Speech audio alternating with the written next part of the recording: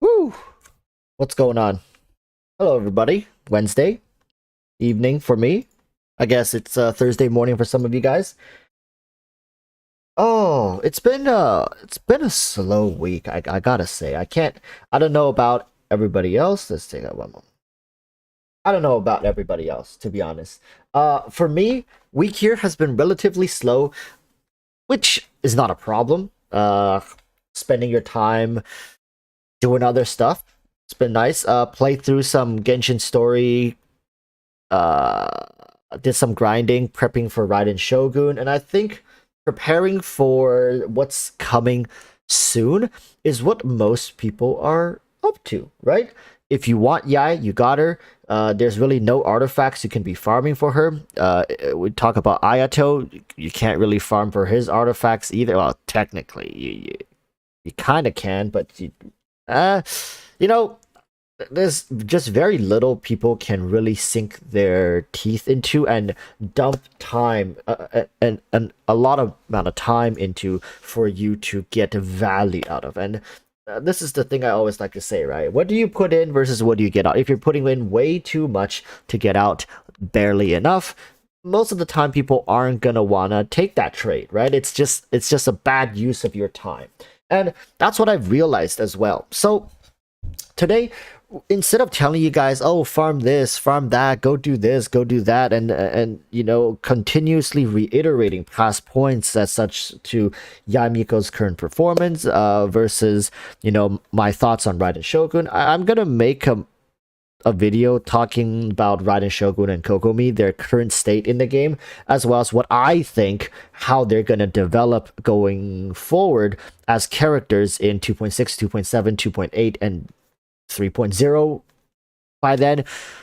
What is going to happen? I think a lot of people are going to be picking up C0 Raiden Shogun, and there are definitely some who are picking up Kokomi. Does this mean Raiden Shogun is better? Not necessarily. I just think a lot of people have resources that are just more prepared. Think about it like this.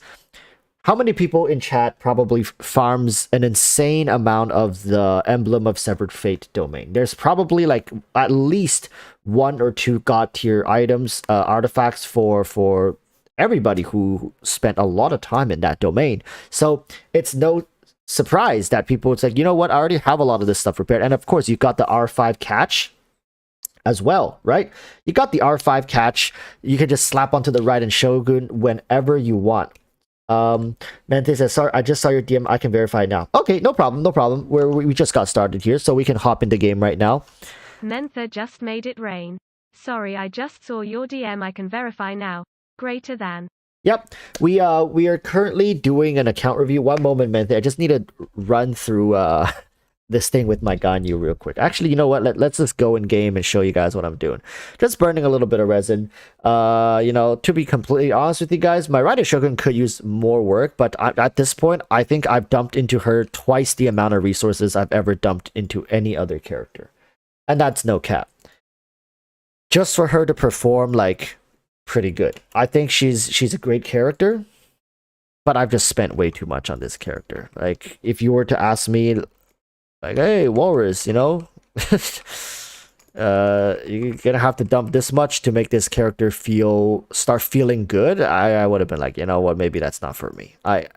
I've always had a motto here on my channel is that I only want to spend the resources that all my other characters are getting, but for the sake of Raiden Shogun, it just wasn't happening. It just wasn't happening. She was way underperforming from like her peak potential, and you guys could chalk it up to say like, well, you might have just gotten unlucky with artifacts, right? Like, but to be honest, my previous set of artifacts were like not bad. Like, I'll show you guys my Ganyu's artifacts. Like you want to say it's god tier? It's not god tier. It's like pretty good, which is what Raiden had before. It was pretty good, pretty good, just wasn't good enough.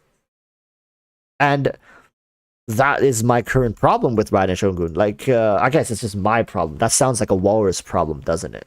So what crit ratio am I aiming for Raiden? I'm currently working with like one moment. I'll show you guys. But it's like not enough. This is not enough for me, at least. Currently, No, no, no, no, no, no, no, no, no, no, no. Oh my god, you guys are gonna meme. Like, well, Walrus, running the Heart of Depth on your Raiden Shogun doesn't seem like I know. Alright, one moment. I gave it all to Xingqiu. Just like asking for it. Wait. I can explain. I can explain. Where is it? Okay, she has this. There you go. Okay, so does she have the weapon? Yeah, she does. This is my current Raiden Shogun. All right. Feeling a little lackluster. I'm not gonna lie, to be honest with you guys. Feeling a little lackluster, right? 62.5, 116.8, 266. It's like, if you're gonna say like, is this an okay, right? You'd say this is an okay Shogun, right? You're gonna say this is an okay Shogun. It's not like great. This is what I'm running for her flower, which is already pretty good. I think this is definitely up there with, like, you probably, most likely, you're not going to get much better than it. There's very little you can do here. This piece, though, there's a lot you can do here. You can roll this away into a crit damage, and you could get easily up to like 120 to 130 crit damage. I think this right here is going to be what I'm after mostly. The energy recharge one is actually pretty good as well. We got double and triple. So this is like pretty much as good as you're going to get it. Like, yeah, you can get something similar with flat defense being, flat defense being like attack percentage, for example, right? And Electro bonus cup with a triple crit damage roll into it. Like, come on, people. If you're gonna sit here and say like, well, those artifacts, needs a lot more work. Like, yeah, there's a lot of work that can still be going in here, but how many more, like how much resin it's going to cost, right? If people are gonna sit here and say like, well, if you dump 100,000 resin into your Raiden Shogun, she's gonna feel amazing. Well, you know what I mean? Like, if I had that kind of resource, why would I dump it into just one character when I can? This is all right. Like, I got crit rate and then a flat crit damage percentage. Too bad, no energy recharge. This could be better, but for now, I think these two pieces are the ones that really could use a bit of improvement, and I can optimize maybe like get her to around like. I think crit rate is around enough. Maybe 65-70% would be ideal. And I get crit damage up to like 140. That's what I'm aiming for. So my plan for Raiden Shogun is to get her to C2. And if I get relatively lucky, I'm looking maybe for C3. But I think C3 is going to overshoot my balancing. I know once she hits C2, she's going to feel a lot better. Because right now I'm like... how should I put this? Should I put this? To be honest, if I get her to level 90, then I can switch my electro damage. Where is it? I can switch this to attack percentage. Once I get her to 280 energy regen, which I can if I get my engulfing lightning to level 90 and if I get her to level 90. Right? Attack is very weak right now, simply because I'm not running an attack percentage. Where is it? I'm not running an attack percentage cup. You guys see? I'm running the electro damage one. So overall, that's what I'm working with, because right now she still feels incomplete. Like, she just doesn't feel like doesn't feel strong enough, right? Doesn't feel strong enough. I'm not going to refine her weapon. I think this one is slightly better than R5 catch, right? Like, I heard people were comparing these two and say like, this is still slightly better than the R5 catch, which is good. Good to know. I don't have the catch, so, and I'm not about to go waste hours of my time to go fishing for the catch. I'm not gonna do that. So I'm gonna be running this with an C2 Raiden Shogun. Hopefully, not gonna be too painful. And artifact wise, as you guys can see, Constantly working on it. Constantly working on it. At this point, I must have spent like 15 to 20k easily. I don't think I've ever spent over 10k for any character. Even my Hu Tao artifacts. Never mind. Like Ito art. Never mind. Like Ayaka artifacts. Like my Ayaka stats look like this. Like your standard Ayaka with her weapon, right? I think most Ayakas can hit like 240 with this ratio. But like that's just me because I don't spend as much resin for my artifacts. Like you guys see, it's good, it's decent. All this came with like, this is an off piece, so it's like pretty easy, right? Look at that defense. Like all this came with around like 10k resin. All of this. Every character, I was able to get stuff like this with around 10k resin. With Raiden Shogun, I had something similar. It wasn't enough. Like, it just didn't feel enough. For Ayaka, this feels plenty good. Oh, you guys want to see Ganyu? Ganyu is like this. You see, like, people, my artifacts aren't that crazy. You know what I'm saying? Like, my artifacts aren't that crazy. My weapon for Ganyu is not fair. This is literally, but dude, if you guys watch my content, you know how I got this weapon. Every time I go summon on the standard banner, hoping for Zhao's spear, I get Amos bow. Every time, like literally suffering from success. I cannot escape the Amos bow's refinements. I can't. My artifact, it looks like this. Again, this I didn't even have to farm this. This just literally was sitting in my inbox. Like I didn't even know where this shit came from, you know. And most people, if you've played for months, this is just like the best cryo cup I had. I just threw it on Ganyu, right? To be completely honest with you guys, Ganyu is probably the easiest character to gear for me because literally I had all these just sitting in my box collecting dust. Rolling it was pretty lucky. Yeah, I would admit some of these rolls are pretty lucky, but I don't think I've spent over 10k resin on Ganyu. I think on Ganyu, I don't know, a couple thousand resin. I can go down the list and show you guys every single one of my characters. No one in the history of my entire, like, look at all these characters that I have built. Not this one. Like, all the way up to Beto. Like, all these characters I've built, I have a build for them. All of them. Every single one you see right here. Every single one. Not a single one of them, except this one, took more than 10k resin to feel proficient in their roles and feel good and comfortable to use, with exception to one character. This one.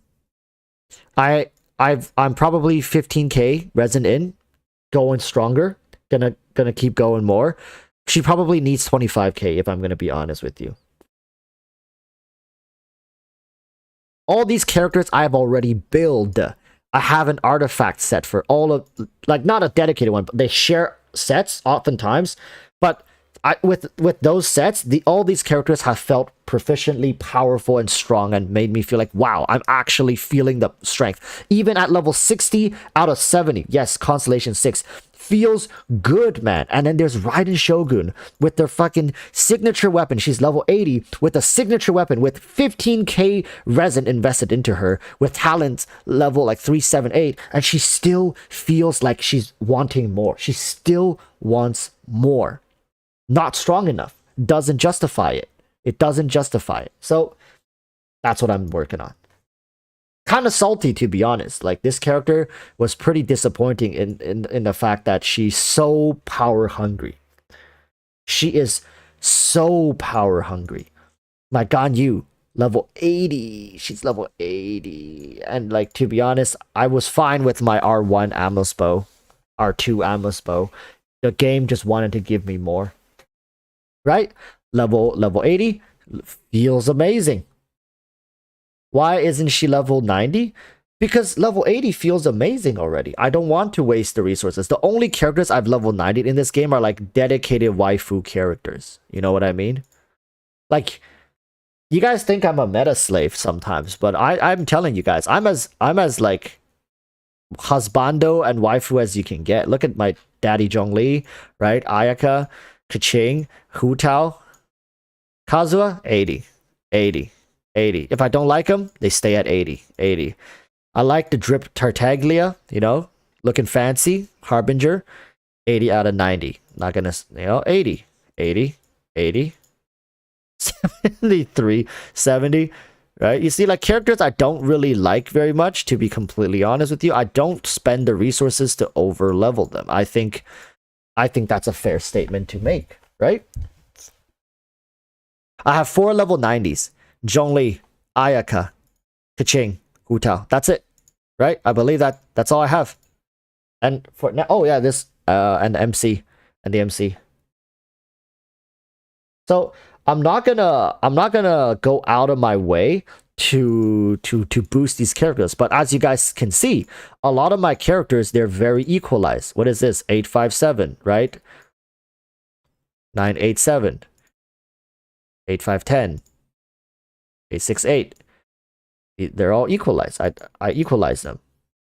With the exceptions to this one freaking character who literally, she's like a black hole of resources. She's eating up all my resources, and it's not enough. You know, like weeks and weeks and weeks and weeks, months now of farming resources for her, and she's still asking for more.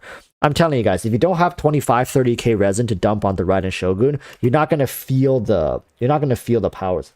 Why don't I crown? I don't crown my characters, so they're all equalized. So when I talk about them, you guys know, when you guys watch my videos, you know I don't have a bias like, oh, this character is like, you know, more invested than this character. Like, that's how I'm able to sit here and tell you guys, hey, you know, these characters, they kind of feel a little, you know, like, I don't know.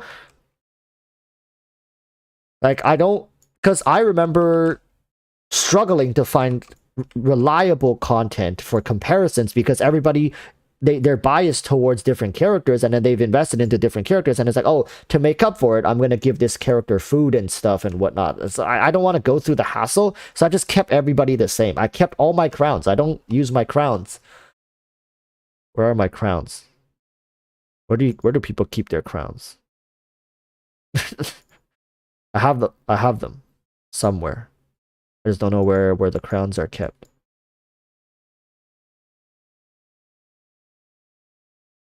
Here? These are artifacts though. Here? I think it's somewhere here, right? Yeah, it has to be here. Got 8 crowns. I think I missed out on a couple crowns. Never used them. And I probably won't be using them. I don't see the need to. Because it completely screws over my my ability to equalize my characters for comparisons, for like genuine thoughts for characters. Yeah. I think I'm having a blast. You see, like I don't struggle clearing content. Literally, I used like a level 7, like you guys saw my official video, right? I used like a level 70 official, 70 Xingqiu, 70 Albedo, 90 Zhongli, and I cleared the Abyss, and I'm just like, whatever. I don't care. This game is not nearly as hard as it needs to be.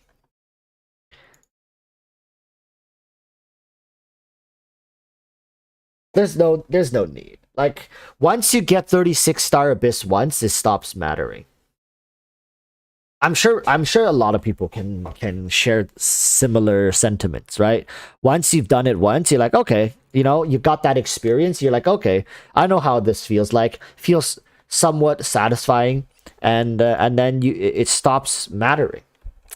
There's no leaderboards. There's no community who cares about it, really. The only community that cares remotely of what achievements you have in Abyss are speedrunners. And as a free-to-play player, are you really gonna compete in speedrunning? Probably not, right? Even as a big spender, if you haven't spent over $50,000 on this game, you are not even able to speedrun. You know? So the gate for that type of content is just cold hard cash. If you don't have at least like a couple C6 characters with R5 weapons, you're not able to compete against the top speedrunners. Right.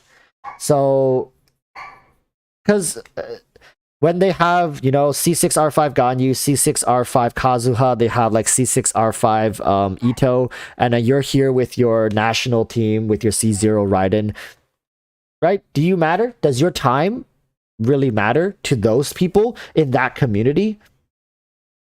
Not really. So that's the thing.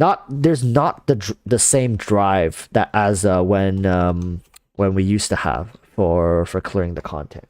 Let's take a look.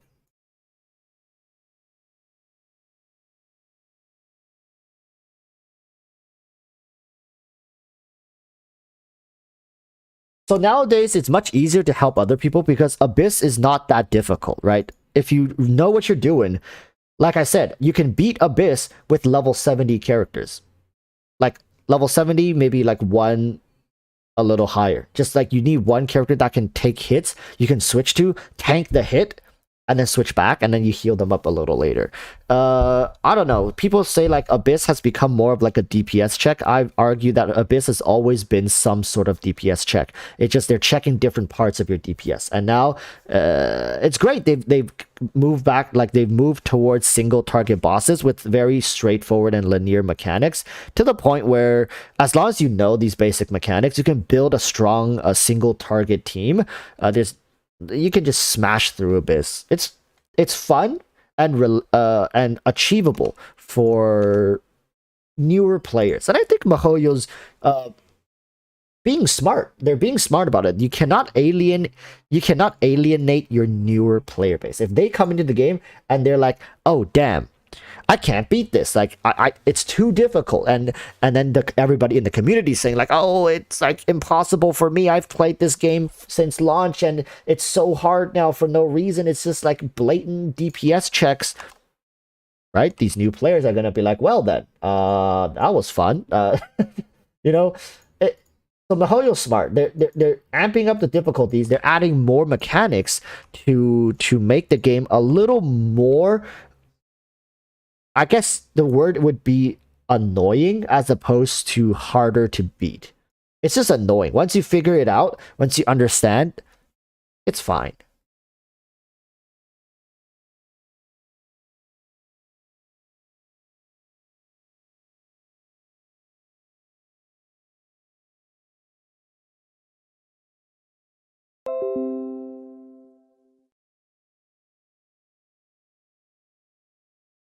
So I think a lot of people find the whole like new mechanics of the game to be non-intuitive. They don't enjoy it.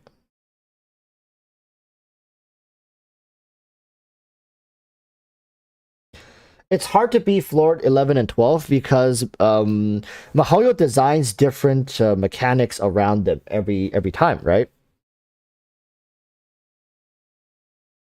Shukai has noticed me, senpai.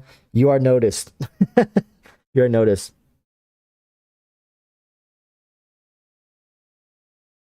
Hello, Walrus. How's it going? It's fine. It's a Wednesday evening. We're just taking it slow right now. Okay, we can talk about Ayato a little later, but I'm honestly thinking Ayato is going to be you know, I think Ayato is gonna be okay. I think he's gonna be decent, but I don't think Ayato is gonna be anywhere near impactful as, let's say, when Ganyu first came out, or when Hu Tao first came out even.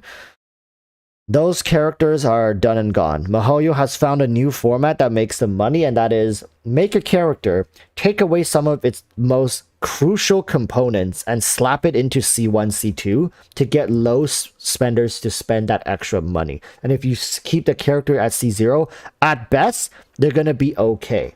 Right? At best, you're going to be like, "Oh, you know, this character is not bad. It's not amazing, but I'm not going to say it's a bad character." That's what they're going to do. I haven't seen any leaks, by the way, so I don't even know what Ayato does. Like, I don't know any of his skill. I've made predictions seeing that in his sprite that he's holding like a hydro sword, and I don't think that's his actual weapon. So I think that's like maybe his elemental skill or his burst skill. I don't know, but if he can go into the form of this quick hack and slash samurai or type deal, it'd be pretty damn cool. All right, but I don't know. I think Hydro needs a main DPS, somebody who can stand their ground, and maybe even a hyper carry. Right? So, yeah. EMC says, I look at leaks, bro. You see, this is the part where I tell you I don't look at leaks, where you insist that I look at leaks. And most of the time, people say I look at leaks is because of how accurate I get stuff. And I'm not just talking like next patch. I've called out stuff like 3-4 patches in advance, because if you played these type of games enough and you know how the Chinese work, like I used to work for similar Chinese companies. I know like the upper levels when they're at meetings, what they talk about, what they care about culturally, what the restrictions are, like politically, what they have to bend to. I know all this stuff. That's why I can say with relative certainty how things are going to pan out in a couple months, because I also watch Chinese news, right? I know what's going on in China. I have like relatives in China. I still have connections on my phone of people who like work for Chinese entertainment industries. It's not difficult for me to get information on what's going on and future changes, right? That's why when you add all of this stuff together, you know, it's you kind of see a pattern. And of course, MiHoYo, at the end of the day, you just have to understand they're a company that's out to make money. They have a vision, right? So, what's their like? Do you really need to look at leaks as a part to like specific details as to like, oh, you know, what are the numbers for Ayato? What are his constellations for Ayato? Right? That you can never guess. I have no idea. If I had to guess, constellation for Ayato is probably gonna, you know, be a damage limiter or like the common theme. He's gonna have like a 80 cost burst or some shit, and it's gonna lower his burst cooldown or something like that. Okay.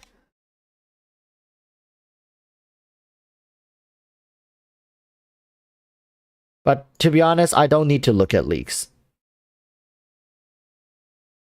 It's leaks don't provide me the same excitement that it does for most other people. It's mostly because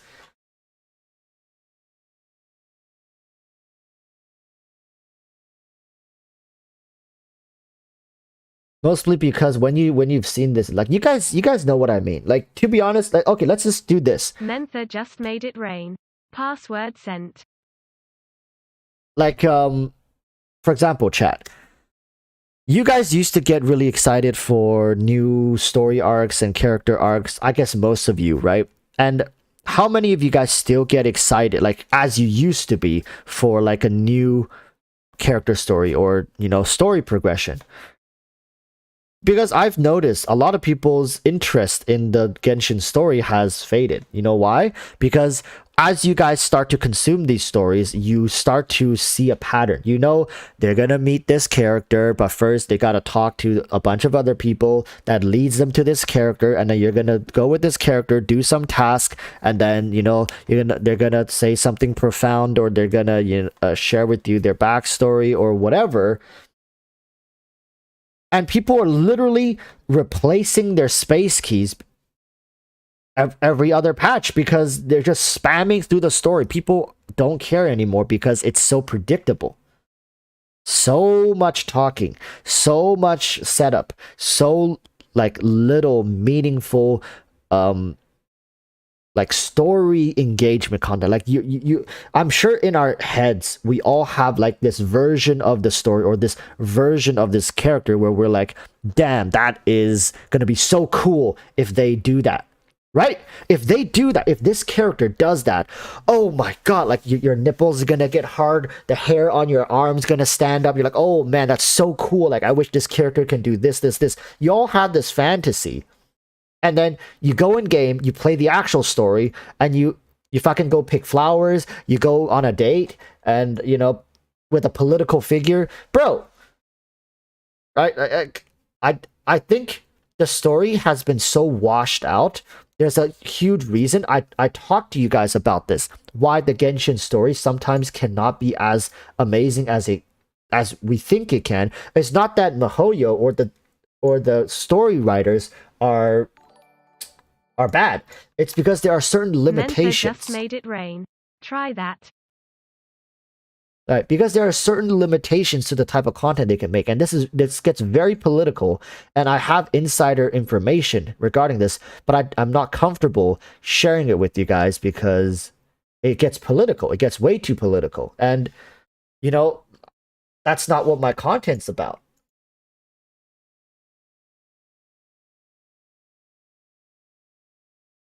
But if you guys are interested, maybe I can talk about it on a stream sometime. We'll move into Dendro a little later. We're going to do account reviews, but this all leads to my expectation for Dendro as well as the Chasm region. All right, there's all this stuff, it ties together because the same people who are working on the story quests and all the content now, they're gonna be the ones responsible for Dendro and Sumeru. And if you guys think like Walrus, what is the political agenda? How does it affect like a region's design? Like, oh, bro, you guys have no fucking idea how deep this stuff runs. It's like it pains me to hear a lot of the content creators right now, shitting on MiHoYo and talking about their story. But I'm lying if I don't think that a portion of it, there's a portion of it is due to MiHoYo being complacent. They're feeling more relaxed. They're feeling like they got this formula. They just need to copy and paste, copy and paste, and copy and paste this formula over and over again for things to work out. I know there's to some degree there is that, but there's also because think about it like this: if you were a creator of some sort and you have severe limitations to what you can create and the contents of which you can create, how motivating is it to sit there and try to write something or to build something that's amazing? You know whose job is not affected though? The composer. I think his name is Yu Peng. That man.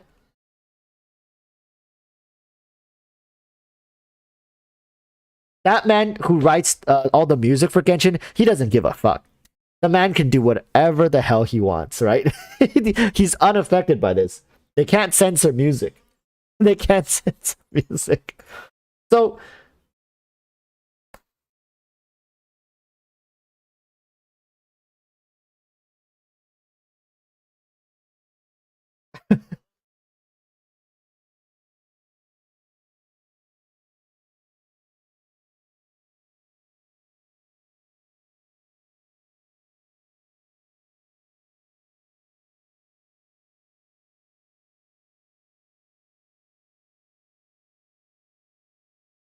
okay.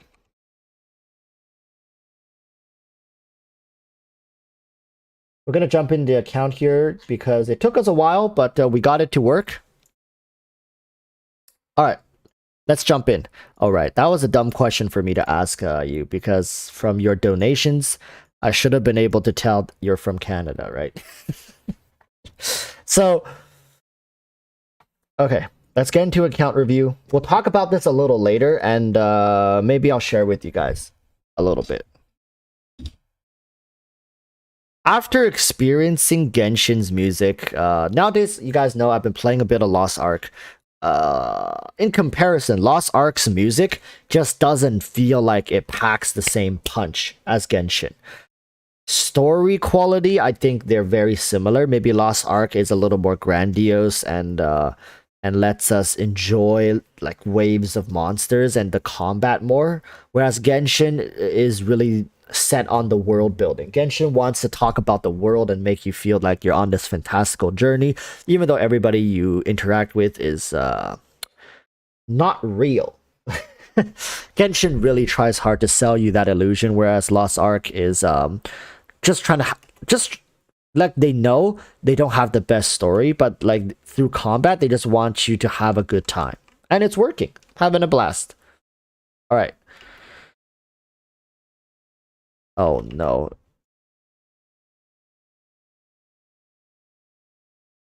Take a look at this account.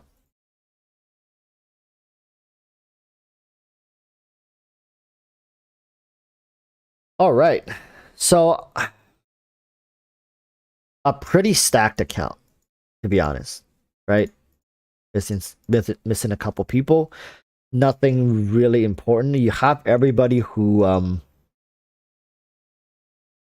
wow. Yeah, you have pretty much everybody that matters in the meta, right? If you're a meta player, you're completely fine. If you're a waifu collector, you're probably mostly fine as well. Yeah, you're fine. Let's see the how big of a whale this person is. Not that big of a whale. Wow. Not that big of a whale. I'm surprised. Might be an OG player. Okay. PlayStation. Okay, a PlayStation player. Makes sense. All right.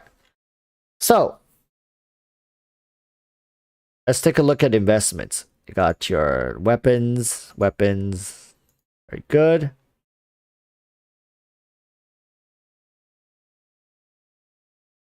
Why?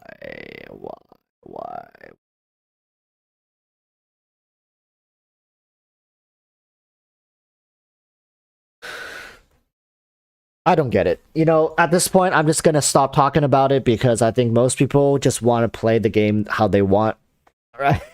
But I don't get it. Okay.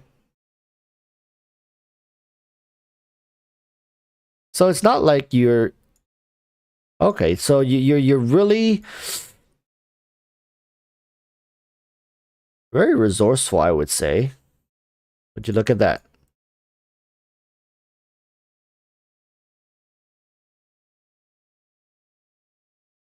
So weapon-wise, this person... Oh, wow!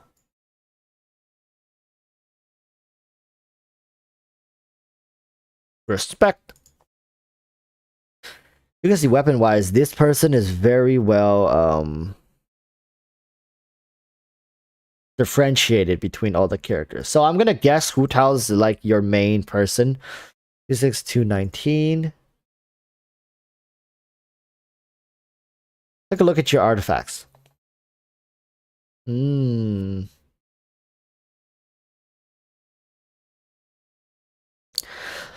I see you really don't want to go back to the Crimson Witch domain, do you now?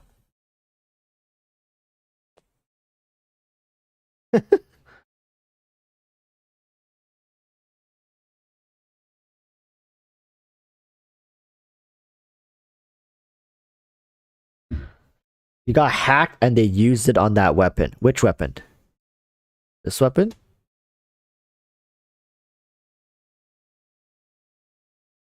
Let's just go through this one by one. To be honest,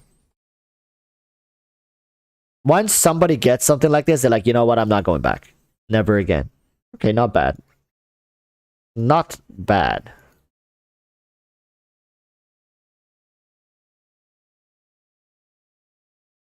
Huh. Think about it like this. These characters have their ceiling is so high, but it's like but the difficulty rises exponentially when you're trying to really go for the the peak of their performance. I think for Hu Tao, this is already like pretty high up there, like 70%, right? 80% of their you're achieving pretty much very high efficiencies already. No consolation, so you're gonna be really going hard on that jump cancel, yeah. Kazuha 88 out of 90. You're not running an elemental mastery Kazuha, right? You're running a crit rate, crit damage Kazuha. Yeah, a Nemo.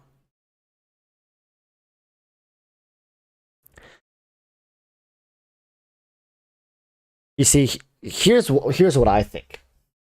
I think that elemental mastery is one of those stats that if you're gonna go for it, you should go like all the way for it. Or else you should just like if you're running a crit damage cup, running elemental mastery, you're losing out on a lot of like you're running out. I mean, you're not fully utilizing it properly, right?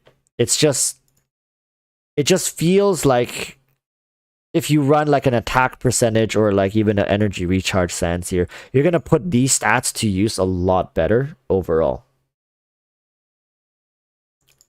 If you're running EM here, suggest you run EM, and then go to weapon, switch to something that has EM.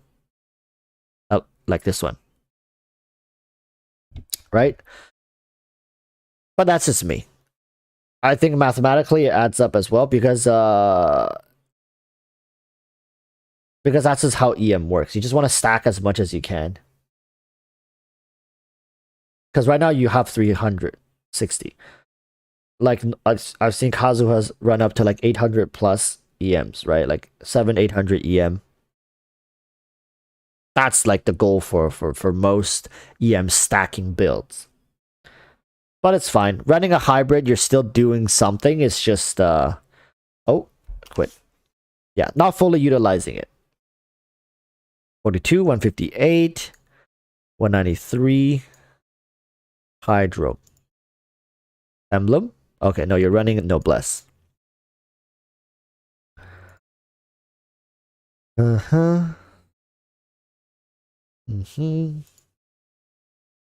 Attack percentage.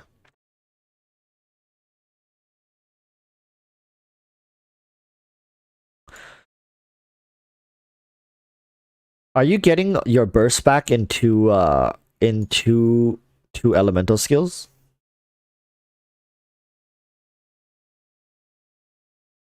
I'm not sure.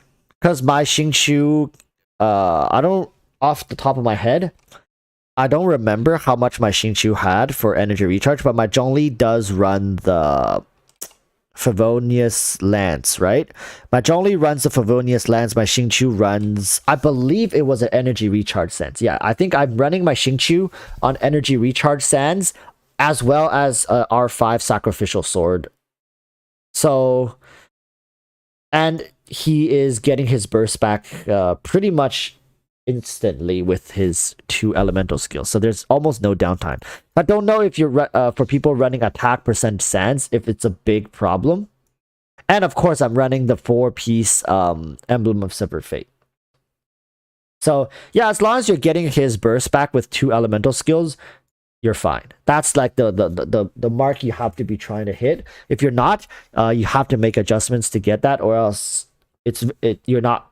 The uptime is going to be problematic here. Zhongli, ooh. Is it a triple HP? Yeah, it's a triple HP artifact, right? You're running HP, HP, HP. Yeah, makes sense.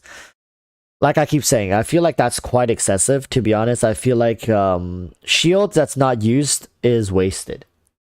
Does that make sense? If your Zhongli shield times out before the enemy ever has a chance to hit through your shield, that extra bit of shield that you have is wasted. And you could be doing other stuff with those stats. For me personally, I found a good sweet spot for me to stop at was HP, Geo, and crit rate.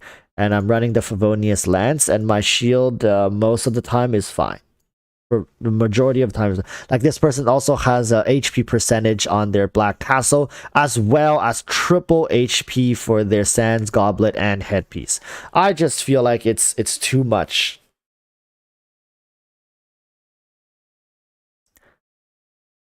Personally, I feel like it's too much. I don't know. I don't know if this person is experiencing, like even if they're built like this and then your shield still breaks, and I guess it's justified. It depends on what type of content, and especially with more and more enemies being able to ignore your shield.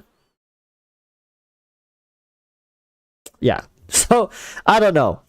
I just feel like this build is gonna yield less value with future patches, and with my theory on Dendro, not theory, but like my guesses on Dendro, you may start to see this even become less preferred over a more like balanced build that has his stats more spread out as opposed to all stacked into one. And I know he has great scaling with HP, not denying that.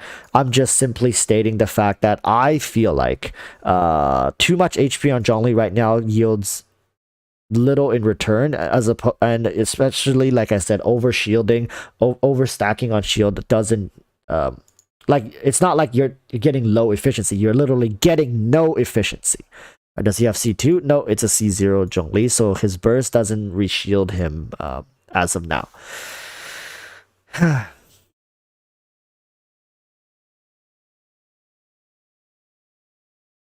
If you face tank everything, I guess the shield has its value, but like I said, can you truly face tank every mob nowadays with certain mobs completely hitting through shields? Like, for example, if you use your 52k Zhongli shield and you go fight this boss, can you face tank him?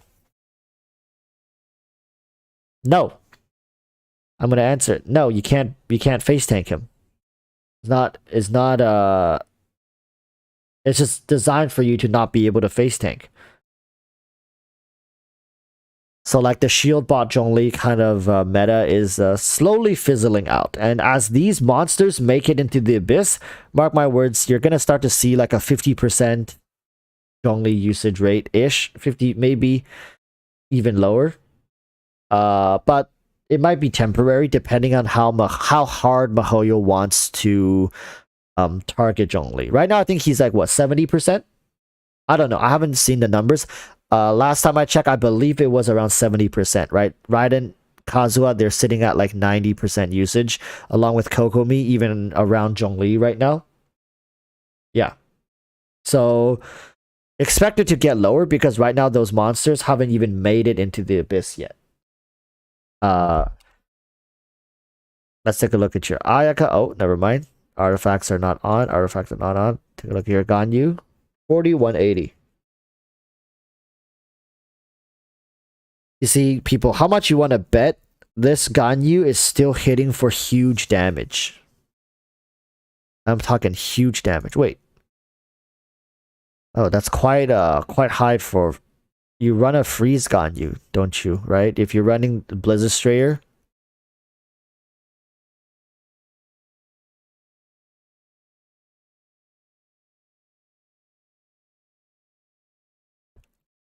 Huh. Freeze Ganyu is no problem. Freeze Ganyu, but I saw you didn't have Shenhe, but you do have Kokomi. Running Freeze Ganyu with Kokomi and Ayaka feels really good, and especially you have Kazuha here as well, so it's gonna be like Ayaka, Ganyu, Kokomi, and then Kazuha makes a really solid team overall, where Ganyu with her burst skill holds everything in place along with Kokomi, and then Ayaka comes on the field and her burst skill can hit for every single tick, right? That's the value here. It's a great team and I really like to see people play it more. Of course, Morgana, you have Venti, yep, you have Mona, right? There. So you do have Morgana as well. I expect you to have Diona. Diona?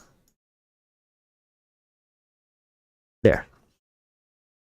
Okay, well built. So, like, if you have this team ready, if MiHoYo ever have the balls to put like smaller enemies in Abyss again, this team will demolish it easily.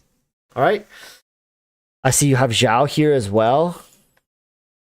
No artifacts. So a good spread of resources and investments. You didn't overfarm your artifacts for each character.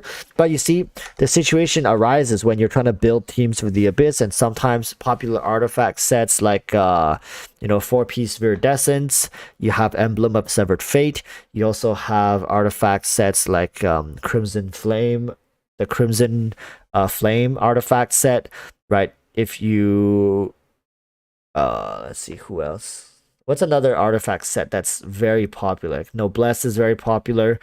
If you don't have multiple, like a Blizzard Strayer, if you don't have multiple sets for them, characters like if you want to play mono teams, that's like specifically a big problem that I've noticed for people who want to play mono teams. You're gonna have to go back and refarm all those artifact sets, which some people might enjoy the process, but most people won't. And currently, I see maybe your Ayaka might be sharing artifacts with your Ganyu. Not necessarily. I see you got some other artifacts. Maybe you're currently working on something. Right, like let's say if we equip this. You don't have another feather. Yeah. So we see like people, this is a problem for a lot of people, right? Building mono teams are going to be problematic for most people, especially if you're tight on resources. But honestly, I suggest you go back far more Blizzard Strayer if you're serious about this team, or you can just throw the. I see you already have one of these, which is like a cryo. If you can run the 4-piece Wanderers, with this being an on-set piece. My Ganyu hits for 10-15k, and I haven't 36 star the Abyss. Yeah, she's hitting for 10-15k if she's doing freeze teams. If you can hit her, I mean, if you can build her Mentha to. just made it rain.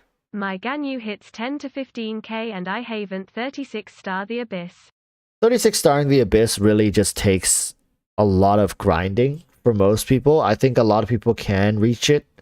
It's just you have to sit there to get that perfect run, which most people don't have to be. You have some great Wanderer troop set. Like this is a great piece. Why not use this piece? This is a great piece.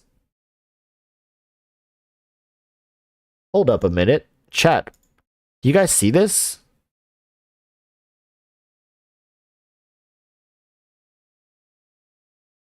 Now you have a 4-piece Wanderer with the crit damage headpiece. And then if you throw like, for example, what did he say? How he's hitting 10-15k, right? Like, for example.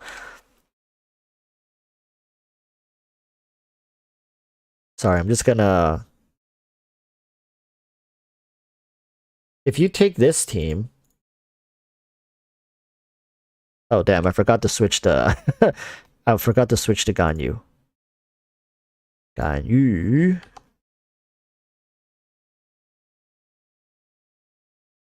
Built already? Yeah, built. Oh, Noblesse. Energy recharge. Do you have energy recharge? I'm just gonna yoink that real quick to test something. And your Zhongli's... Alright, let's go to the Abyss. Alright, so 10 to 12k. 10 to 12k. Let's see with this build, what is this man hitting for? I'm gonna guess he's gonna even be able to hit up to 35, 40k, maybe. So if we can build you a team for the Abyss, oh, it's gonna start from scratch. I'm not gonna run through the Abyss. I'm just gonna test the damage. You should be able to take this team through Abyss, to be honest with you. And we can see if theoretically. So okay, let's say build a team 2. That's gonna be fairly easy, I would say. If you want Hu Tao, no, you probably can't build Hu Tao, right? You can actually build a solid team like this, with your 4th character being... Wait. Okay, that works too, but would love to get... You know what? We can do this. This is the more traditional one. Where's Diona? And Diona with Kazuha. Like this.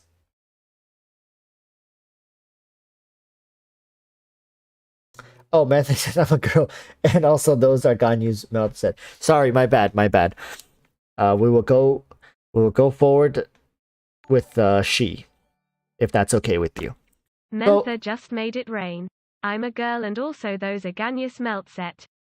Curse Codes is welcome. No, he didn't say welcome. Curse Code, welcome to the Bronze Tuts, my friend. Thank you so much for becoming a channel member. For everybody else watching, if you want for me to review your account, channel members are going to be the best way. Let's take a look. I'm pretty sure going in, we can just slap some mobs around. It's pretty easy. This is a bomb team, and I think more people should be trying it out.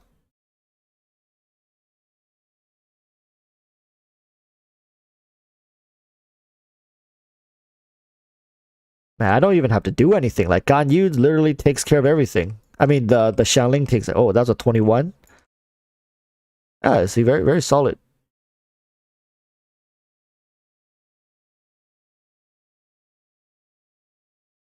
I'm sure, like, you definitely have the resources to clear Abyss. I'll tell you that right now. Like, your team is built in a way, the resource allocation is enough for you to clear Abyss.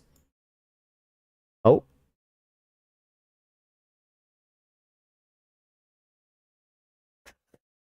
You guys see that? This is, like, I struggle with Ganyu sometimes because she just misses.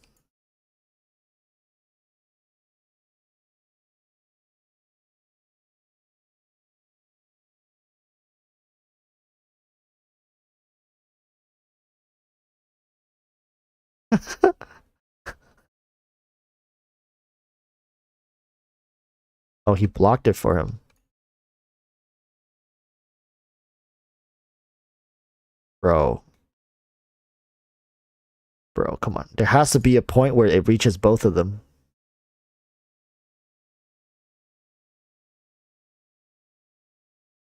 Let's charge Xiangling a little bit. So Xiangling's definitely on the low end here for Okay. I think you can do it. I think with just these two teams, you should be able to clear Abyss.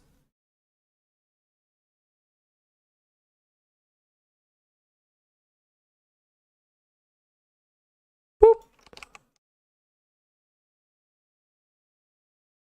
Yeah, like you're doing very decent damage. Like, I'm not gonna say like, oh, you know, best damage in the world, but it's really respectable damage is what I want to say. 36 star is probably out of the question, but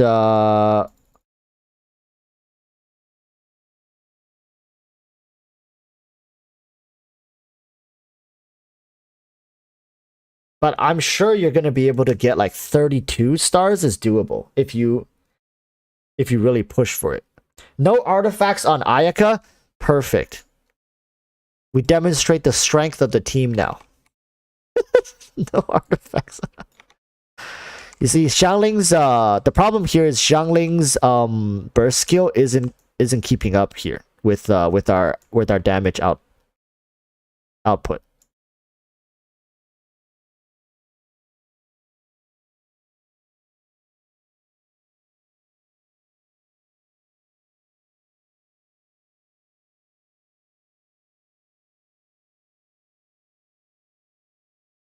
Do you think we'll ever have mobs that reduce or stop healing? For sure we will.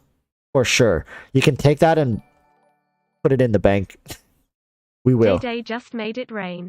Do you think we'll ever have mobs that reduce, stop healing? Because Mihoyo just has to be very careful on how they balance these characters, right? Eventually there will come a day where it just gets too much and Mihoyo has to then cut back again. It's normal.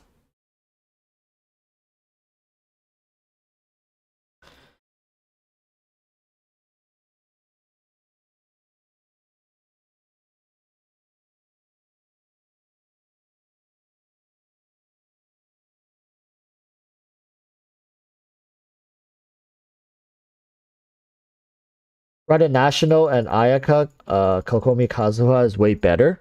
Yeah, but the team is too resource intensive. Look how cheap this team is, right? Of course, it's going to be better because for that team is to function at peak efficiency. You're like I said earlier, you're going to have to invest way too much. Look, people are saying this Ayaka doesn't have artifacts. I don't know if she has or doesn't have artifacts, but bro, it's working, right? Like, this is a team I like to recommend people. It doesn't matter if it's the best team available. It's cheap. It's affordable. It's easy to use. Anyone can do it. It doesn't take much skill, right? This is the true free-to-play friendly, like, experience here. Because when people say free-to-play, oftentimes these people don't take the game as seriously as a lot of the other players do. And to them, sometimes piloting a character with as Raiden Shogun, like the team you're mentioning, Raiden hyper carry teams, oftentimes are more demanding than these kind of teams with more passive, supportive casts, right? Kazuha, Diona, Xingqiu, you don't need to do much with these.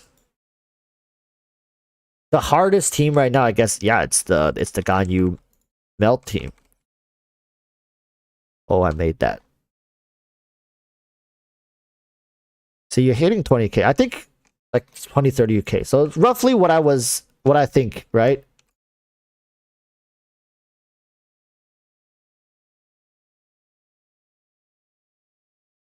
I'm gonna try to get Xiangling's thing back for this ice one. All right, let's see if we can. Yeah, very good. I think, yeah, Xiangling got it. Now let's take Ganyu.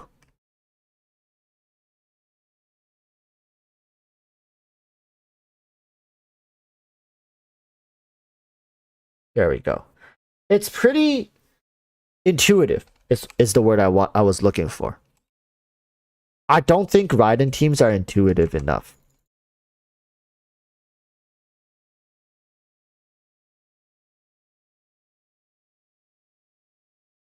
Is this hard? Right? Is this team particularly hard? I don't think so. Is it effective? I think so. Did I miss? I think so. I missed this guy.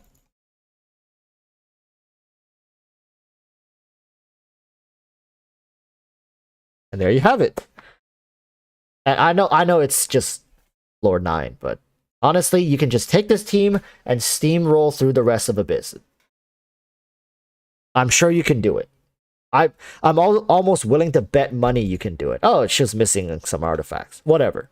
You got the 15% cryo bonus. Sword is no problem. Build overall is no problem. Talent is well invested into. You can do it. Trust, you can do it.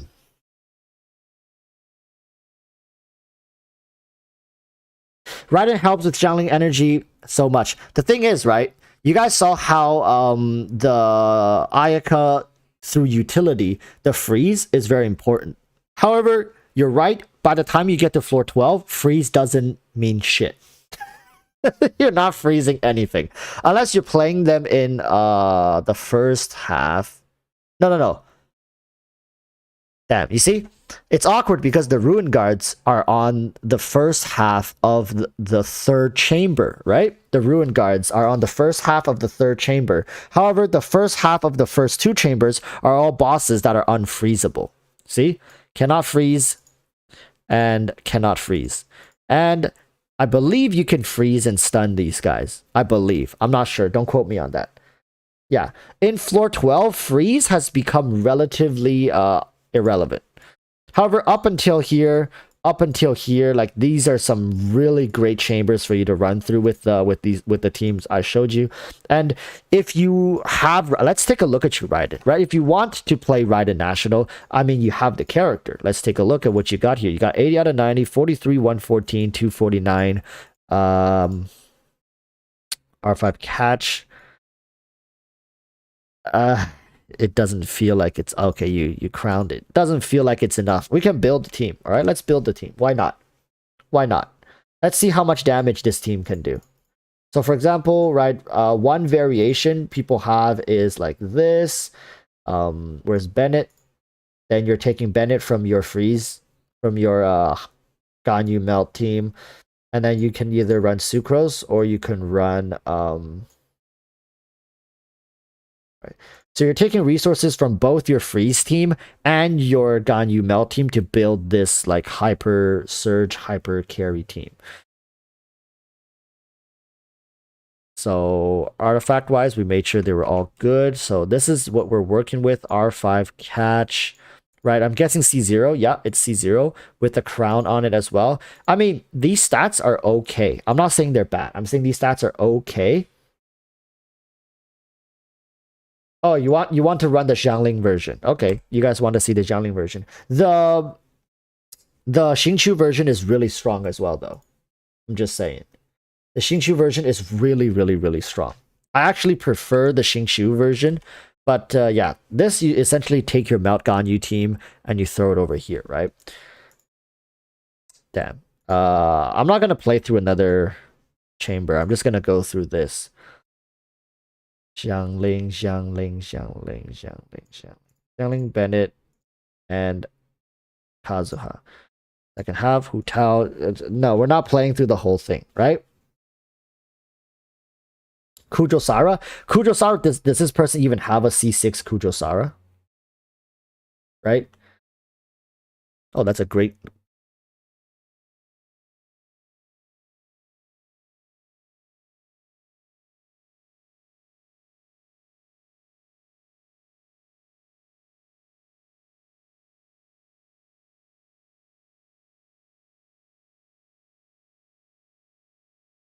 Overload is look at that.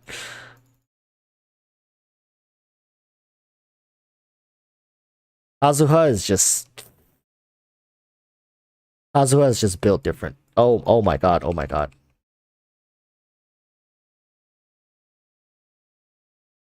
It's time for us to shine. 86k. Not bad, right? It's not bad. And plus you get like a supercharged moment here. Feels good. You're like supercharging everybody back up. Right? It's not bad. It feels good, but I wouldn't say like... I don't know about you guys. Did you guys go like, wow, 86k, Raiden Shogun? Right? It's a good team, right? It's a good team. It had Kazuha in it. It has Bennett. It has Xiangling. Feels good with Raiden downtime. You have Xiangling and Kazuha to cover with Bennett to supercharge all of them. They all can benefit from it. It was okay. Yeah, it was okay. Right? That's it. Like, I don't get what the hype is for Raiden hyper carry. I don't get it. 86k feels very okay. And of course, you got the additional damage, which you can push it to like maybe around 100k. Let's say if you had a Hu Tao in there, right? You have Hu Tao, Xingqiu, you're doing that damage like with this person's Hu Tao. With this person's Hu Tao, you're dealing that damage like every charge attack almost. You're dealing that every single charge attack. Around 80k. Because he has Staff of Homa. I mean, she has Staff of Homa. And it's also... Wow. It's a shame we didn't play Hu Tao on this account. But you can see, your account is definitely strong, right? I'm not trying to say... be mean or anything, but you have all the resources you need to succeed on this account. Floor 12 is definitely doable. You just need a little bit of working around it. And to be honest with you, you can use the team I showed you just now to get all the way up to floor 11-3. And then for floor 12, for the first half, you can just use Hu Tao. Just use Hu Tao and Xingqiu. Do you have Albedo? No, you did not have Albedo.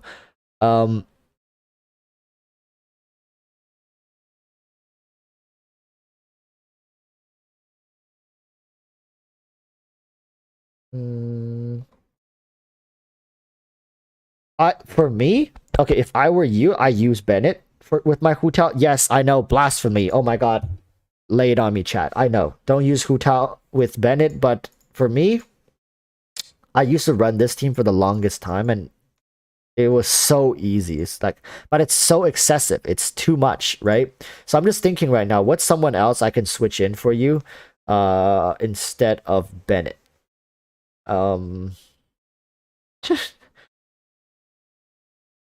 Maybe a Geo character would be nice. Right now, nowadays, I'm running Albedo. Nowadays, I run, instead of Bennett, I run Albedo here, which is so good. It's so good.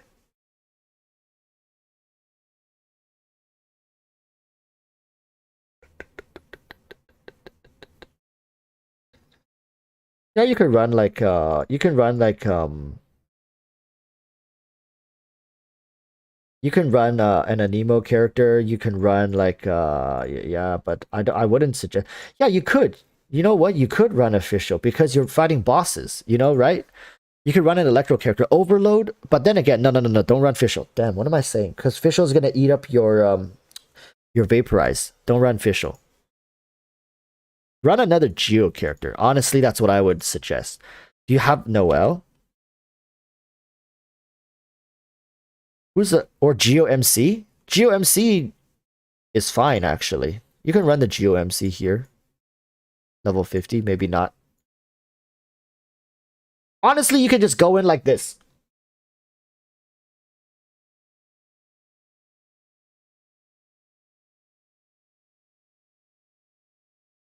You can go in like this.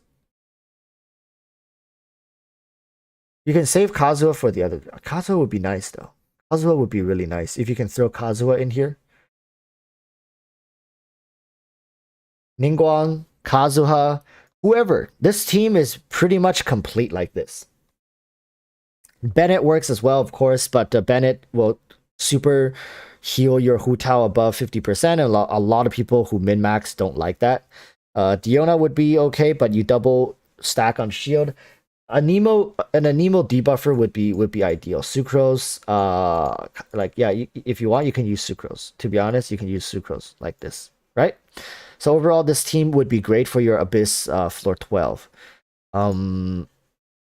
Let's see for your second half. Like honestly, I feel like with these teams, you should be able to do it. And the second half, you can run. If you're confident with your play, you can probably run the freeze team. You can run the Ayaka, Ganyu, Kokomi, Kazuha. The only problem you will run into is this dude. All right, Magu Gaga. It'll feel like you've hit your face into a brick wall the first time you fight this boss, but just keep trying. It's doable. It's not too hard. Switch to Kokomi to tank hits if you realize you can't run out fast enough. Listen very carefully. Your Kokomi is an absolute chad of a unit. So this is your first team for floor 12. For floor 12.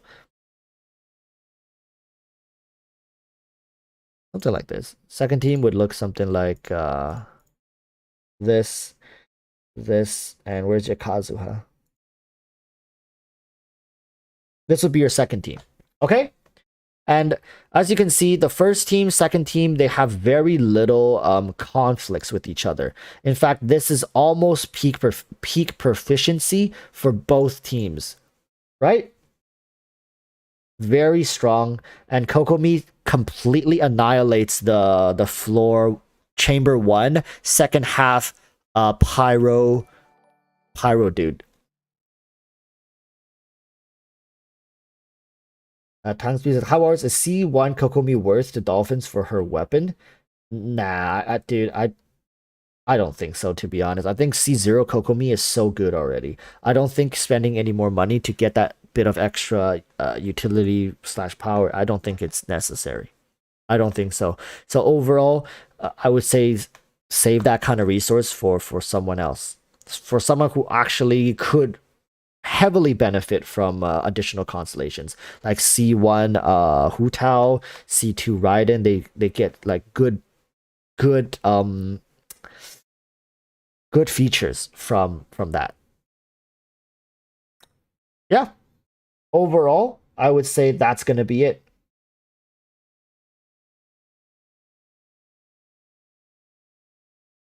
These two teams are your Abyss 12 teams. Abyss up to Abyss 11, you can do it however you would like. So somebody was saying play, what's her name? Sarah. Let's see this person, Sarah. Yeah. Maybe don't play Sarah. Don't play Sarah with your hyper carry Raiden unless she's C6. You can. I'm not saying she cannot be played at all. I'm saying you have better alternatives to pair when she's just like sitting at C0, right? I mean, this character is at best decent. At best, she's decent at C0. Even if you level her up to like 70, 80, she's going to be okay. Right? Get her to C2. Like C2 is okay as well. Like it doesn't change anything. It doesn't change anything. This changes everything. Bro, this changes so freaking much. This itself feels like a C. Like, if you have Sara at C6, it feels like you got Raiden Shogun at like, you got Raiden Shogun an additional constellation that just pops out of nowhere. Like, oh yeah, like electro damage plus 60% crit damage. What the fuck is this constellation, bro? If you could get this constellation, your Raiden Shogun immediately just ascends. Like, this is her gnosis right here. This right here, this constellation is Raiden's gnosis. It like maybe Sara is Raiden's gnosis personified as a human. I don't know. It's so good. It's so strong. Like, come on, 60% damage, people. Crit damage. 60% crit damage. It's crazy. Like the my god. Like, imagine wearing two hats. Imagine, wait, let me see your crit, let me see a crit damage headpiece. How much does it give? How much does a crit damage headpiece give as a stat bonus? 60. You have an entire, you're wearing two hats. You got a hat on top of another hat. It's crazy. It's ludicrous. The amount of boosting is insanity. All for the cheap price of a C6 character. I don't know, man. Is it worth it to go for it? Only if you're a die-hard Electro fan. Only if you're a die-hard Electro fan. I'm not gonna lie. My Sara is C5. My Sara is C5. Hey. Hey, chat. I really hope my Raiden summons go well. I really do hope so. If my Raiden summons come down crashing and burning, losing 50-50s, I'm gonna be throwing a tantrum. Xander Kai is asking, can you explain why she's not good below C6? Okay, I'm not saying she's not good. She's just like, she loses a lot of her potential value. So let's break down Sara's kit for people who are confused and for people who really want to pull for this character. She gives a decent buff. Let's start with her elemental skill, right? So attack bonus ratio, attack bonus duration. So she buffs other characters through her elemental skill. So in of itself, she's okay, right? She's a buffer.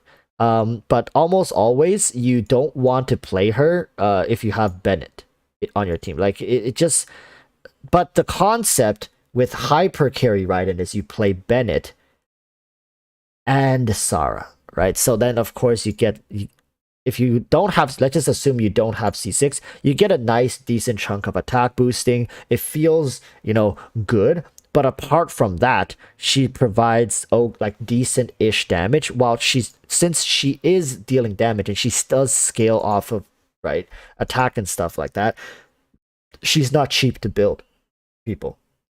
So this character requires a decent amount of investment. She's not like your Viridescent supports where you just slap 4-piece Viridescent on them and, you know, and suddenly they're god tier, right?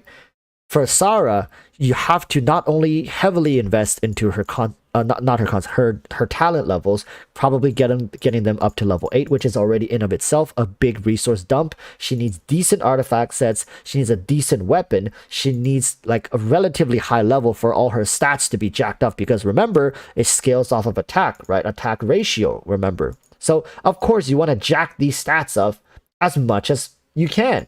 So what ends up happening is you get this character who is quite expensive and resource hungry. However, for the yield, she yields something similar to a freaking,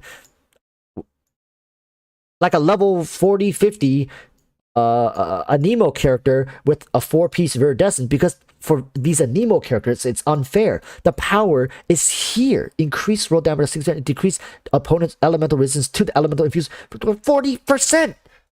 This is the power right here. And then you get characters like Sara. Like, can you say she's bad? No. But is she like amazing? No, because you have characters you can easily run, like this character who straight up shreds all enemies' resistance by the swirl element by 40% just because of the artifact.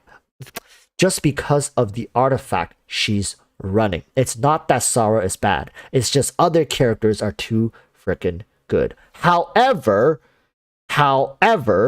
this all changes once you get her to C6, because remember that 40% shred, right? For the swirled element, Sarah don't need that anymore, right? It's not comparable.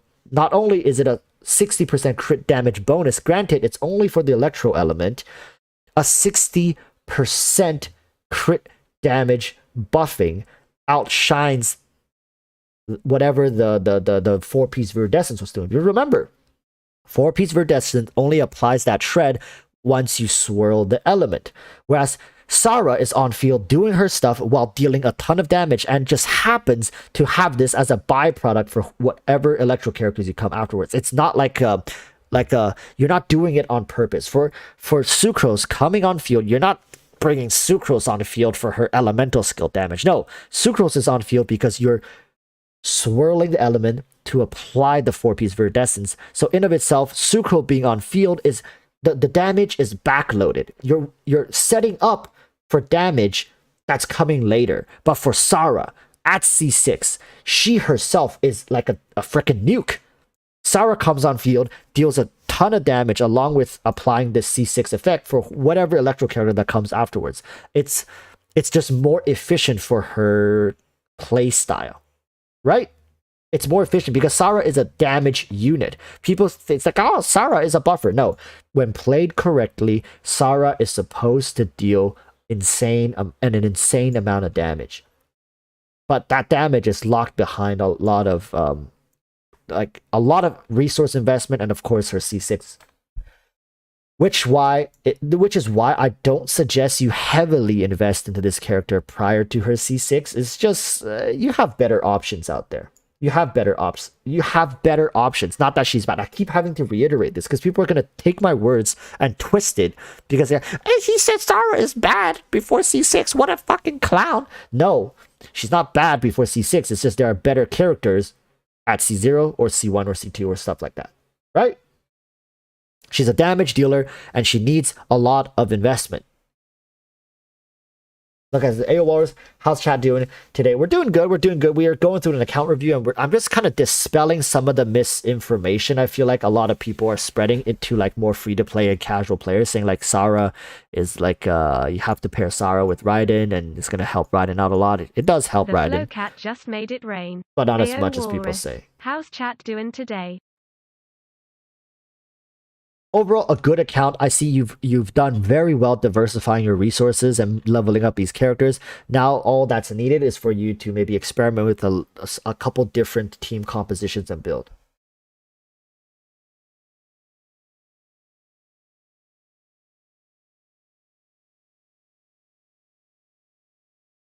All right. So with that said,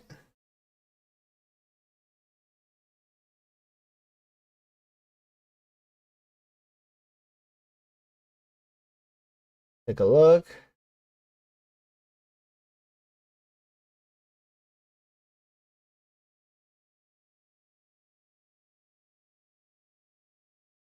I got one more account and should be good. Hope that helped. All right, we took a little longer on this account because a lot of questions came up, and I do feel like Cecil got distracted listening to you while Apex gaming. Got my team killed. Oh man. I mean, I do apologize if I get a little more heated or agitated. I truly just want to share my opinion, and I'm still saying it's my opinion. It's not fact. Just made it rain. Got distracted listening to you while Apex gaming. Got my team killed. Cold sweat smile. Is it still worth building? Someone's asking, is it still worth building Sucrose even though you have Kazuha? Well, that depends on what teams you have, right? Because remember what I just said. Sucrose and Kazuha, their biggest job is that they applied the 4-piece viridescence. Now, of course, Kazuha's has a better and more consistent and higher damage numbers and scaling as compared to Sucrose. So when he's on field, you guys saw during my Abyss run just now, he deals a ton of fucking damage. Whereas Sucrose can do that as well if you have her very invested. But oftentimes, if you only need one Anemo character, of course you're gonna go with Kazuha over Sucrose. So that's why a lot of people don't hyper invest into both of these characters and they just choose one. But if you're running two different teams and they both need Anemo characters to provide rear distance shred, then yeah, of course, leveling up Sucrose, you're not gonna regret it. She herself is like a top tier A tier character, and some people even consider her S tier. I don't think so. I think that's like way too high, but I think she's a very solid character overall.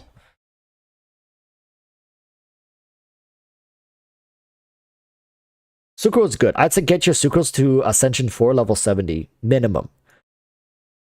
And if you want, you can get her to Ascension 5 level 80.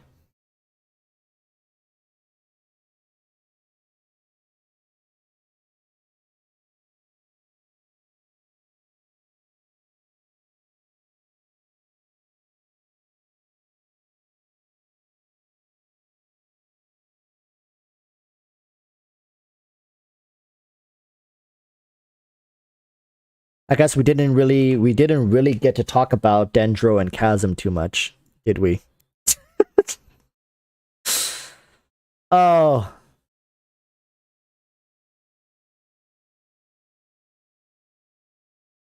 We got one more account review. And then that's gonna be that. It's a Wednesday evening, guys. It's slow patch. I understand people are more laid back, you know. People are playing different games while they wait for their resin to refill. And at this point, I feel like Genshin is almost like an idle game. you spend more time not playing it than playing it for sure. And then when you do play it, you come on, you do your like little things, and then you're gone. It's nice.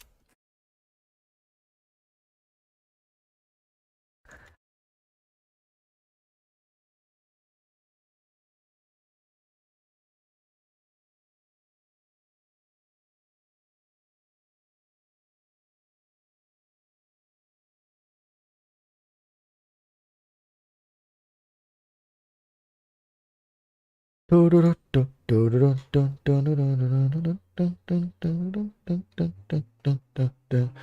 la la la la.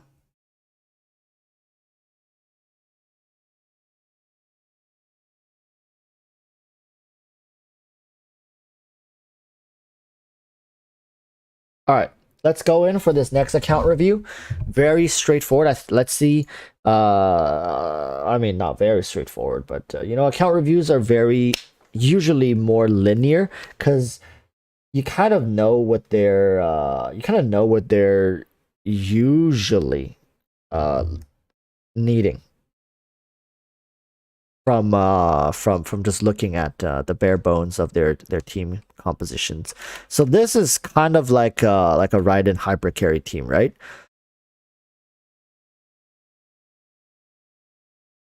That's 61 on. I see like a lot of people's Raiden Shoguns hovering around these. Oh, 291. Damn. Are you running attack on your? Oh, you can run attack. Trust. Running attack is gonna get you more damage overall at this point. Okay, let's take a look at the characters.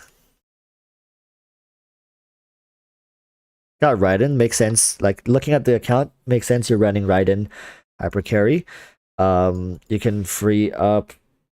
A lot of people have Hu Tao, they don't have Albedo. It's such a shame. These two together with Double Geo and Hu Tao with Xing Qiu is such a comfortable team to play. Very easy and high damage output with great survivability. You do have Ito with Goro and you have Zhongli. Huh. Alright, let's take a look. Are you a whale? Oh, no. Surprising. Very surprising. Alright. Let's take a look at your Xiangling. Why don't you play Xiangling with this team? I mean, she's built.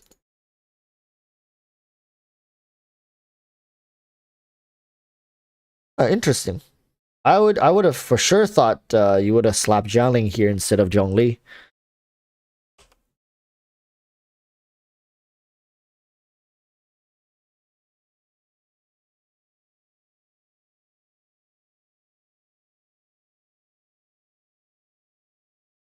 Large Banana says you should try Hu Tao, Xingqiu, Jiangling, Zhongli. Yeah, that team does sound like a lot of fun. Because especially for Jianglings who are using the Dragon's Bane, right? Like, it's just yeah, and it just fits together so well. That makes a lot of sense as well.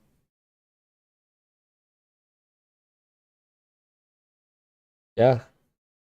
Atago is asking, I have been wondering how many members do I have? Last time I checked, last time I checked, it was around like 200, right? Like somewhere around there, like around 200. I don't make it like a big deal on my channel to chase membership numbers.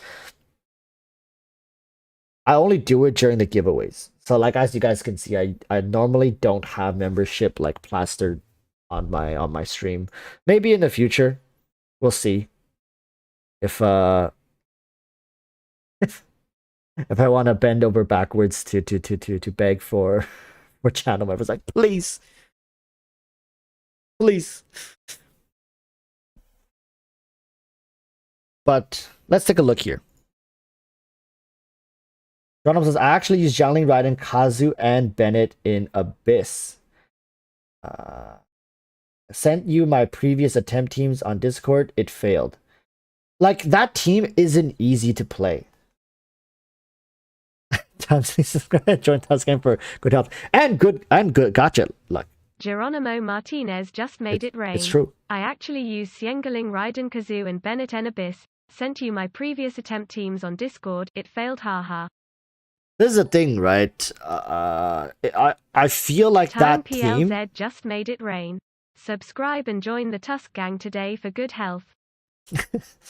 The problem with that Raiden team is that a lot of the times you're using Bennett to buff Raiden as opposed to heal the team, and if you somehow mess up after Bennett's burst is already used, because I find myself using Bennett's burst when everybody's like full health, just because I want the damage. Right? You want the damage. You want to snapshot your Xiangling's burst, so you end up wasting the healing portions, and then guess what?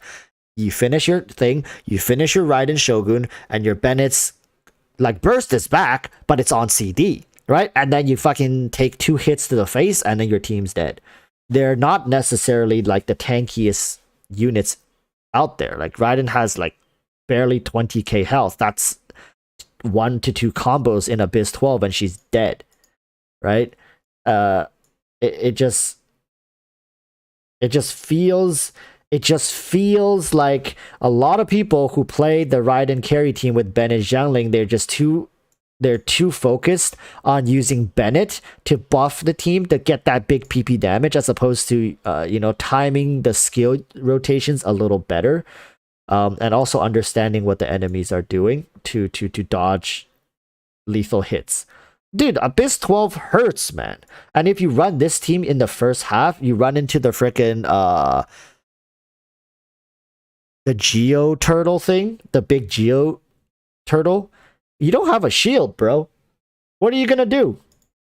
You don't have a shield. You're gonna have to take that hit to the face, or iframe it with your burst skill. But if you don't properly plan for the skill, and you used all your bursts, you used all your heals, and then you take a hit to the face, who's gonna really tank for you, right? Is Bennett? I guess Bennett's like the best tank. You just switch to Bennett and let him take the hit, and then switch back to your other characters. That's what I do with Coco Meat. That's what I do with my Coco Meat. But yeah, let's take a look. You got the catch. To be honest, first thing I would do is like maybe look to a better like an attack, because your energy recharge has hit like a peak. you're starting to get diminishing returns from her talent 2, I believe. Yeah, you're starting to hit diminishing returns for your talent 2. So now it's probably best to ease off the gas on electro damage stats for your sands. I mean your cup, and go towards attack percentage. Bump up that raw base stat here. Like people were memeing on me as well, saying, "Oh, look at that attack percentage," because I'm not running attack cup because my energy recharge is still way too low. I have a lot more I can get more out of it. But for you, go for the attack. You can boost this up probably to like close to 1800, something like that. And you're gonna do well. All right, you're gonna do well. Trust me, your Raiden's gonna feel a bit better. I'm not gonna sit here and tell you she's gonna become like she's gonna be fully unleashed with attack percentage. How much ER is too much on Raiden? Once you pass 280, you can start considering running attack percent. You don't need to stack too much more ER. Of course, as much as you can humanly get on her, that's good. But if you go past 290, close to 300, it's probably okay. It's not like it's too much. It's just feels like you're gonna have to spend a lot of resources to get that ER, and you can probably spend that into something else. In this case, for this person, the attack percentage cup is gonna help him more overall. But then I see the problem here. If you get an attack percentage sands, you're still going to have to upkeep your energy recharge, right? So if you, let's say, if you change to attack percentage sands and you don't have ER at all, this is going to drop below 280. Then you're starting to lose a little bit of value. So I guess you need like a double or triple energy regen stat rolled into your new sands to keep your ER above 280-ish, and then you should be feeling a great balance of your character here. But overall, solid unit. I see you're running the R5 catch as well. All right, let's take a look at your Kazuha. 30. Yeah, you see, remember when I said like people who build EM on these Anemo characters, they just go hard on EM, and they're like they just stack it. Iron Sting, yep, and then it's gonna be triple EM, EM, EM, EM. Right? You see, that's what I was talking about. Because it doesn't crit, right? The reaction, the swirl. So, holy.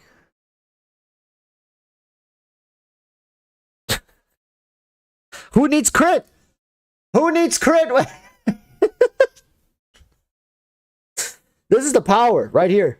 This is the power. You don't need to crit. Who needs crit? This is guaranteed damage, baby. This is guaranteed. I crit every time. 492%. Who needs? Right? EM is hard to farm, but if you can get it, oh my goodness. Like the only requirement for substat wise, I would say, is to look for some like maybe like energy recharge, right? Like this person has. Crit damage literally doesn't matter. Find some attack percentage, find some find some attack percentage, find some energy recharge, cycle through those skills faster, right? It's so good. It feels so damn good. Ryan IC says, can't confirm Morris gives gotcha luck guys account that needed the Bennett on Saturday and I got him on a random weapon Banner Temple. Proven. Alright? That's facts. You can't argue with facts. Like the stream. Like the stream. Just made it rain. Can confirm Walrus gives gacha luck. I was the account that needed the Bennett on Saturday and I got him on a random weapon banner 10 pull. Is this also a triple HP, Zhongli? It is, isn't it? It is. Oh, this person hasn't finished their headpiece. Skyward Spine. Oh, you only have an R1 Favonius Lance of a 60% chance every 12 seconds.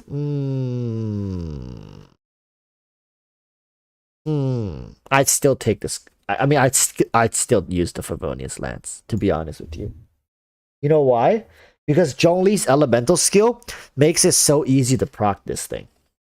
It is so easy, people. Like this, literally, it just consider all of your characters getting like more energy. Just It's why don't people like it? Why don't people use it? I swear. I just for once. I mean, I think I've seen some people use it during account reviews, but I just want to see more people using the Favonian. I know it looks not that good. It makes him look like a freaking bodyguard or like some militia soldier from Mondstadt or something like that. But come on, people. Come on.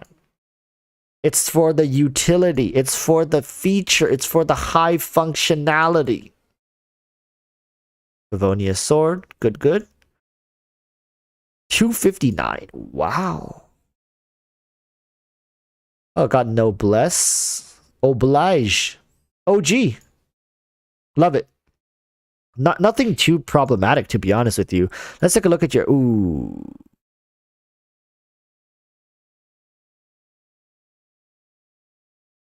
I jinxed it.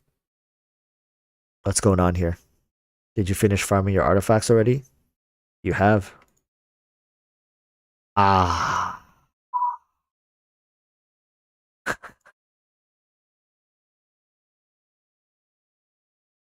Why don't you run the white blind on him?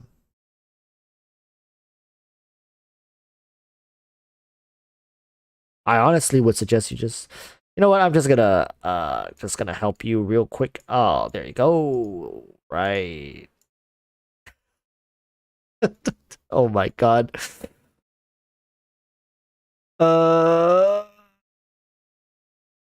Wait. Oh my god.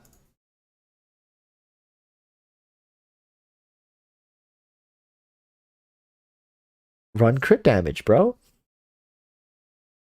Wait. I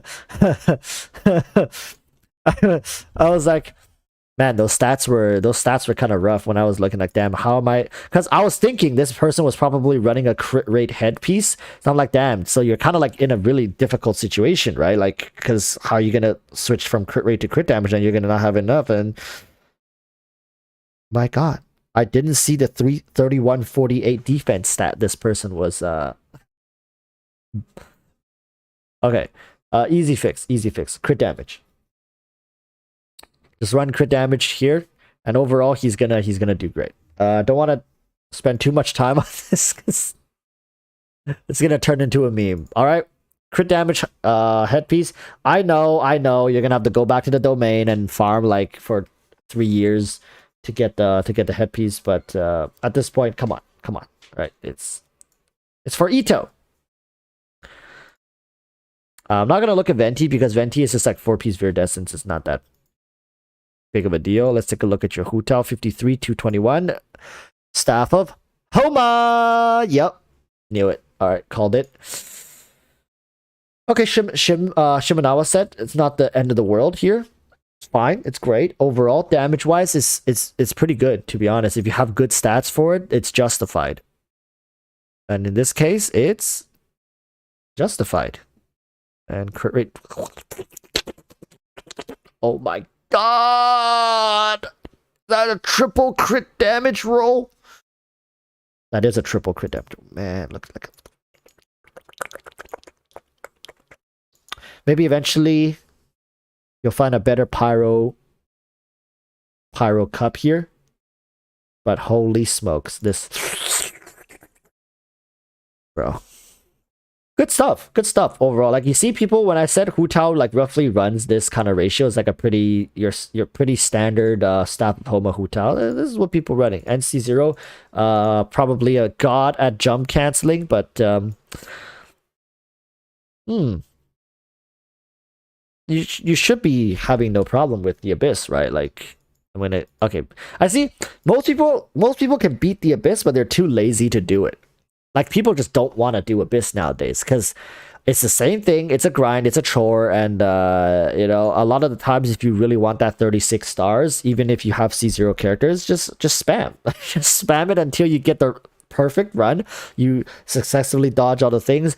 Or you get that, you know, triple, quadruple crit in a row, like with the huge melt or vaporize proc. You can clear it. And this person, I can I can say with confidence, can beat the Abyss fairly easily. With maybe a couple retries, can beat the Abyss fairly easily. Oh, was this Hu Tao using attack stance? I didn't even catch that. I just assumed it was no, it was HP. It was HP.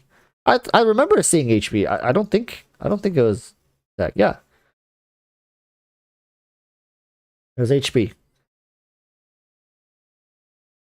Yeah, because I was like going through it and I didn't see a problem. Maybe I was like jumping around too much. Yeah, HP solid overall. Pretty good. You know, this, I mean, to be honest, this account wise, I don't think there's any problems with it. And you can probably keep playing with these rosters, this particular roster of character, like even until Sumeru comes and goes. No, really, you could. I mean, most people can with whatever they have right now. However, if you want to expand your character rosters and your playstyles, I see you have Melt Ganyu, but you don't really have a very solid freeze team. Get it? Solid, because when you're frozen to the core, laugh. Just someone spam lol, someone spam Lamau, kick W, and we can move on. Yeah, okay, very good. Yes. Yeah, okay, yeah. Frozen solid, right? Good. Glad everybody gets it. Okay. Try Ayaka, right? Try Ayaka. This character combined with Kazuha feels really good, and they go hand in hand together with each other, and she blends well with Ganyu too. Now, the only thing that you may feel a little tricky with is like, okay, then if I'm running Ganyu, who is going to help me apply Hydro? And, you know, Kokomi usually is the option, but I'm not going to suggest you go for both of these just to build one team. That's absolute insanity. All right, so for your case, you can run Ayaka with Xingqiu, where's Diona? So the team I was demonstrating earlier, remember on the other account with Diona and with Kazuo, you saw how easy that team was. You have shield, you have heal, you have EM buff, you have additional because the EM buff comes from Diona if you have C6, right? Man, I swear, sometimes I feel I'm second guessing myself because I there's so many characters nowadays. It used to be so simple to okay, you have her. Damn, that's it.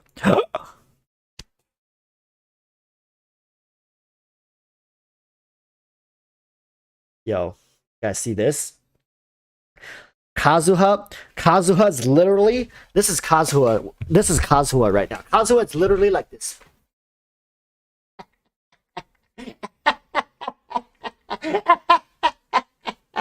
You know, Kazuha's in the background, getting dripping wet, thinking about an additional constellation that gives 200 elemental masteries. Bro, this Kazuha's gonna 1,088. Oh God. Oh, dude, ludicrous. And you pair that with Kazuha, with your Ayaka. Oh, oh, oh, oh. That's illegal. That should be illegal. Just saying. All right. Yeah, literally, my precious Kazuha, my precious. So, Ayaka overall, I think is gonna be pretty good for your account. Kokomi it's okay for you, Yaimiko. Like these characters are all gonna be like okay-ish. You're already building Hyper Carry Raiden, you don't need Eula. Flowcast is if they got an elegy on accident for Diona, well yeah. Kazuha's gonna be rubbing his hands so hard together that literally the skin's gonna rip off. Oh.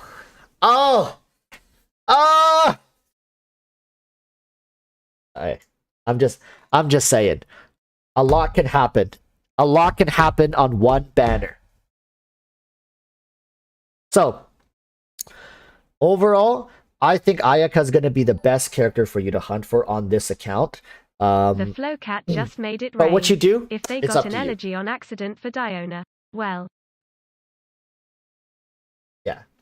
What you do is your decision, but honestly, I feel like with what you currently have, and understand that it's not so much about the power at the end of the day. I just think Ayaka is pretty future proof for what we got going on. Cryo characters are just good to invest into.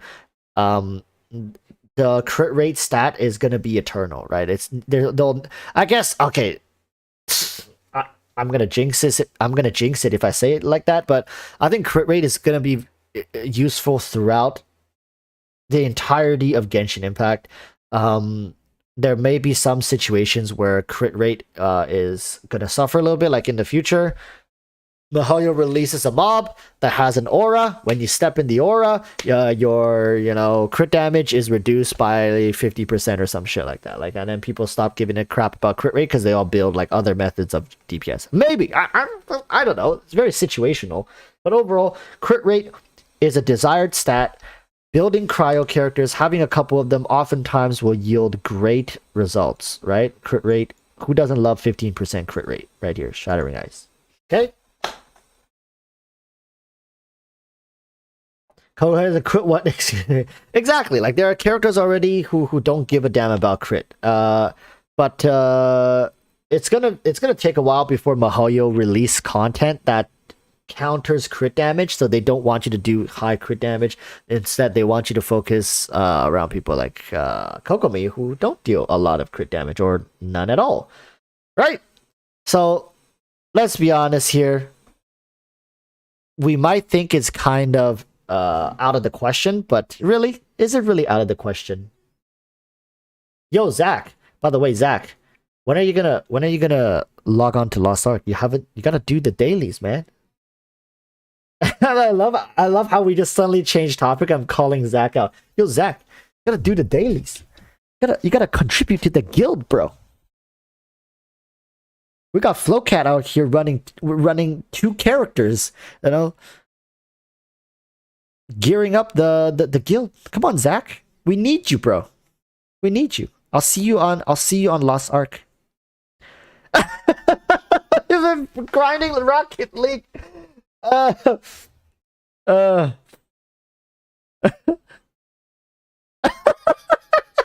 Flowcat. Have you done your Guardian raids today? I'm logging on soon. I actually haven't logged on. I'm gonna hop on the Flowcat soon and maybe help you with some Guardian Zach, raids. We out here grinding our butts off. Zach, come on, man. I was hoping you could help me with gearing up and stuff. I'll see you in game. All right. So that's gonna be that, people. Thank you for tuning in, and I hope this account review helps. I really hope account reviews in general just help. Dude, Flowcat, I was on my alt today, and I swear, I spent like a good 3 hours trying to do one Guardian raid, and we couldn't do it. The Flowcat just made it rain. Such a time sink. Carry me with Guardian raids LMAO randos die and only die LMAO. It's such a time sink. I can't imagine how people go through tier 1 Guardian raids. Bro, I can't. It is such a shit show. I'm not like making fun of newbies. I'm just saying like people don't give a damn about what the mechanics are. They just run in and they'll see how it goes. And it doesn't end very well for most people. All right. So thank you everybody for tuning in. That's going to be the end of this stream. Tune in Saturday. I don't know if it's going to be the giveaway. I'll see if Saturday will be the giveaway or maybe Wednesday, next Wednesday. All right. Let's take a look at how long the banners we have here. It's yeah. We still have like a little less than 2 weeks. Close, right? Yeah, we'll be fine. We'll be fine. All right, people. I'll see you guys on Saturday. Thank you guys for tuning in on a Wednesday evening, and for some people Saturday. Yeah, I'll see you guys around. If you guys like to play Lost Ark, join me on Lost Ark. We have a guild running called Petting Zoo. You can join my Discord. There's a Lost Ark section, or you can join Flowcat's Discord. We're all chilling on there when we run out of resin and things to do in Genshin. All right. Thanks for tuning in. Love you guys so much. I'll see you guys on Saturday. Until then, urge you all to stay safe. Peace, peace. Bye-bye.